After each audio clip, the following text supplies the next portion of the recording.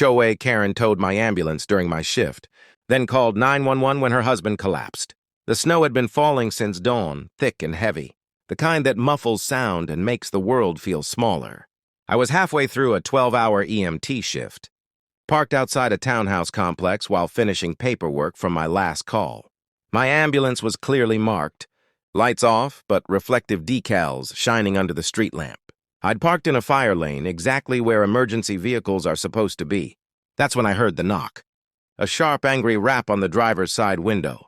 I turned to see a woman in a pristine winter coat, clipboard tucked under her arm like a weapon. Her lips were pursed, eyes cold and calculating. I already knew the type before she spoke. "You can't park here," she snapped. "This is an HOA-controlled property." I calmly explained, "Ma'am, this is an active ambulance. I'm on shift," she scoffed. "I don't care what you think you are. You didn't register your vehicle with the HOA. I've already called a tow." I actually laughed, thinking she was bluffing. No one would tow an ambulance. No one could be that heartless. I was wrong.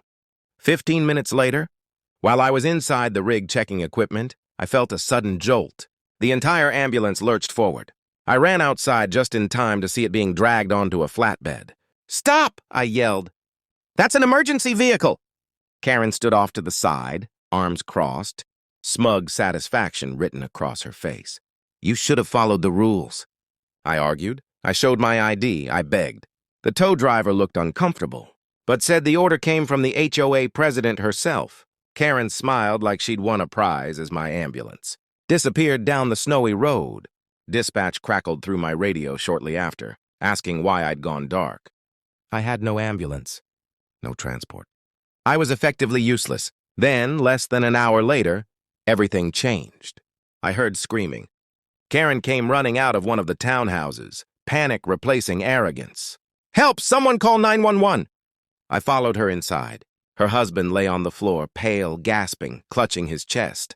Classic signs of a cardiac event. Every second mattered. "I need an ambulance," she sobbed. "Now!"